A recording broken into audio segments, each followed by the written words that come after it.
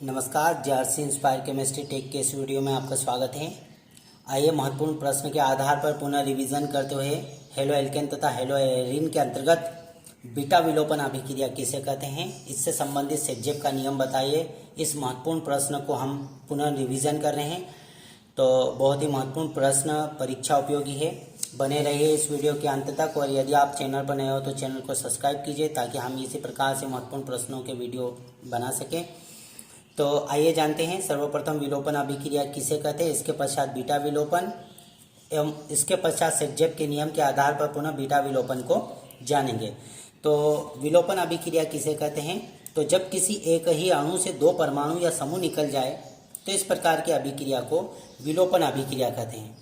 पुनः जानें, जब किसी एक ही अणु से दो परमाणु या समूह निकल जाए तो इस प्रकार की अभिक्रिया को विलोपन अभिक्रिया कहते हैं। आइए पहले विलोपन अभिक्रिया क्या होता है, किसे कहते हैं।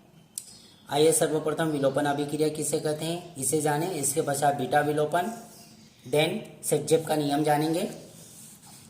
तो जब किसी एक ही अणु से दो परमाणु या समूह निकल जाते हैं तब ऐसी अभिक्रिया को विलोपन अभिक्रिया कहते हैं।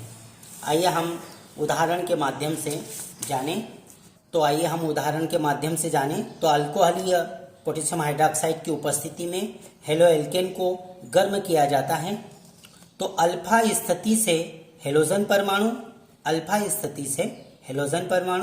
एवं बीटा स्थिति से हाइड्रोजन परमाणु विलोपित हो जाता है और विलोपन के पश्चात एल्कीन बनता है। पुनः जानें, जब हेलो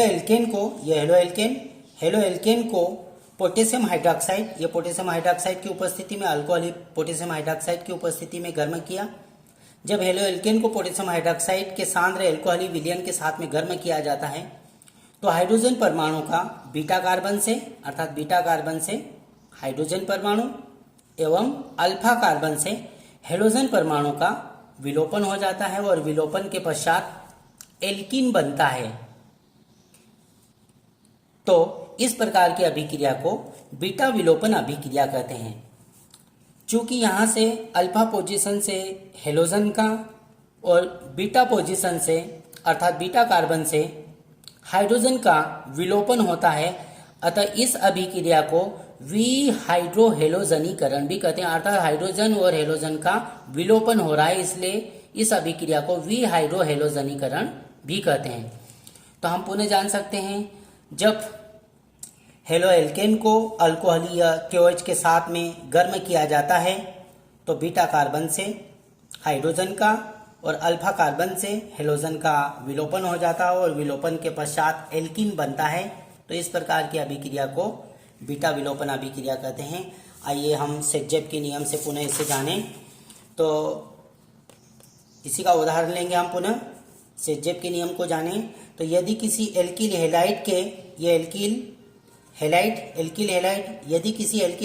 के एक से अधिक बीटा हाइड्रोजन है, ये इस प्रकार से बीटा पोजीशन 2 है, मतलब एक से अधिक बीटा हाइड्रोजन है, तो एल्किनों का मिश्रण प्राप्त होता है। इस प्रकार से एल्किनों का मिश्रण प्राप्त होता है तथा मुख्य उत्पाद के रूप में वह एल्किन प्राप्त होता है जो सबसे अधिक प्रतिस्थापित होता है। अर्थात मुख्य उत्पाद के रूप में, यहाँ पर मुख्य उत्पाद के रूप में ब्यूट-2-इन अर्थात 2-ब्यूटीन प्राप्त होता है। पुनः जानें, तथा मुख्य उत्पाद के रूप में वह एल्कीन प्राप्त होता है जो सबसे अधिक प्रतिस्थापित होता है, अर्थात उस बीटा कार्बन से विलोपन होता है जिसमें हाइड्रोजन परमाणु की संख्या सबसे कम होती है। अर्थात इस बीटा पोजीशन पर हाइड्रोजन की संख्या कम है, अतः यहाँ से हाइड्रोजन का विलोपन होगा और विलोपन के पश्चात ब्यूट-2-इन बन रहा है, अर्थात इस प्रकार के यौगिक ज्यादा प्राप्त होते हैं। अर्थात पुनः जानें, जो सबसे अधिक प्रतिस्थापित होगा।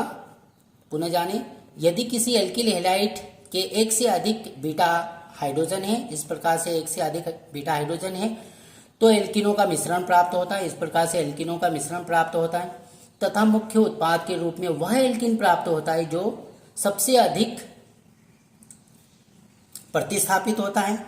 अर्थात मुख्य उत्पाद के रूप में वह एल्कीन प्राप्त होता है जो सबसे अधिक प्रतिस्थापित होता है। अर्थात जैसे इस कार्बन से हाइड्रोजन का प्रतिस्थापन ज़्यादा हो रहा है, विस्थापन ज़्यादा हो रहा है, विलोपन ज़्यादा हो रहा है, तो मुख्य उत्पाद के रूप में ब्यूट टू इन प्राप्त होगा, जो सबसे अधिक प्रतिस्थापित होता है, अर्थात उस बीटा कार्बन से विलोपन होता है जिसमें हाइड्रोजन परमाणु की संख्या सबसे कम होती है। तो यहाँ पर इस कार्बन पर हाइड्रोजन की संख्या कम है, अतः इस हाइड्रोजन का विलोपन होगा और विलोपन के पश्चात एल्कीन बनेगा। तो इस प्रकार से ब्यूट टू इन की प्रतिशत मात्रा 80% होगी, जबकि ब्यूट 1 इन या 1 ब्यूटीन की प्रतिशत मात्रा 20% होगी सह उत्पाद के रूप में। तो इस कार्बन पर हाइड्रोजन की संख्या कम है, अतः यहां से हाइड्रोजन का विलोपन अधिक होगा, अतः मुख्य उत्पाद के रूप में 80% ब्यूट टू इन प्राप्त होगा।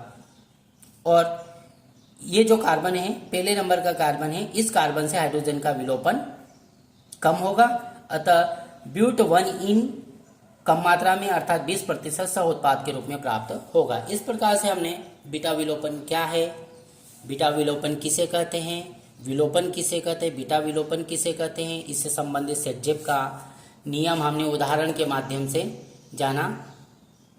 Thank you.